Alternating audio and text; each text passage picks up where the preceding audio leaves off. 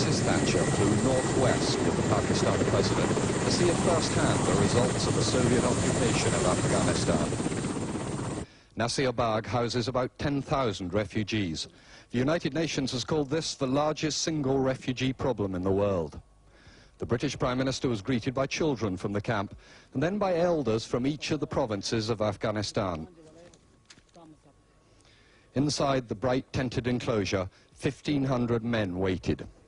We were told that many of these men were mujahideen who travelled from the border specially for this meeting. A mullah chanted some verses from the Quran concerning exiles. Mrs. Thatcher promised them an extra £2 million worth of aid, and she made clear the West's support for the Afghan resistance fighters.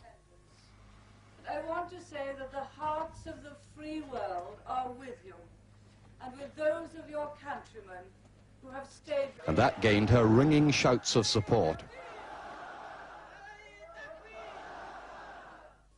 That was an all-male audience.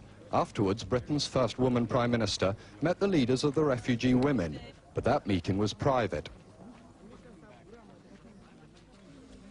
After lunch of curried goat, Mrs. Thatcher and General Zia flew northwest up the Khyber Pass, the ancient route through the mountains to the Afghan border.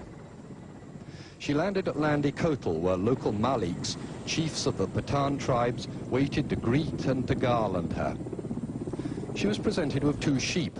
The Prime Minister patted them to signify acceptance. She said, "Look after them for me," a little optimistically, because tomorrow is an important feast day. The entourage stopped a few miles short of the border at an old frontier observation post where Mrs. Thatcher gazed into Afghanistan. At the border, the Prime Minister and General Zia inspected a guard of the famous Khyber rifles. Then there was a strange little cross-border incident. 3 Afghan soldiers shook hands with the Pakistani president, but there were no Russians around. The Prime Minister and the President climbed a little hill, which the border crosses.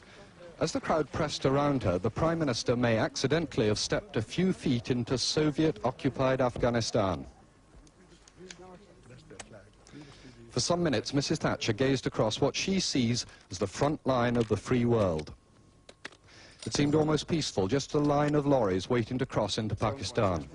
But then the reality of the war, as a border guard proudly showed her a Kalashnikov automatic rifle captured from the Russians. Mr. Thatcher tried it out for weight.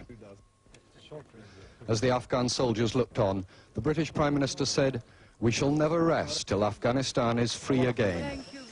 David Rose, News at 10, at Torkham on the Afghan border.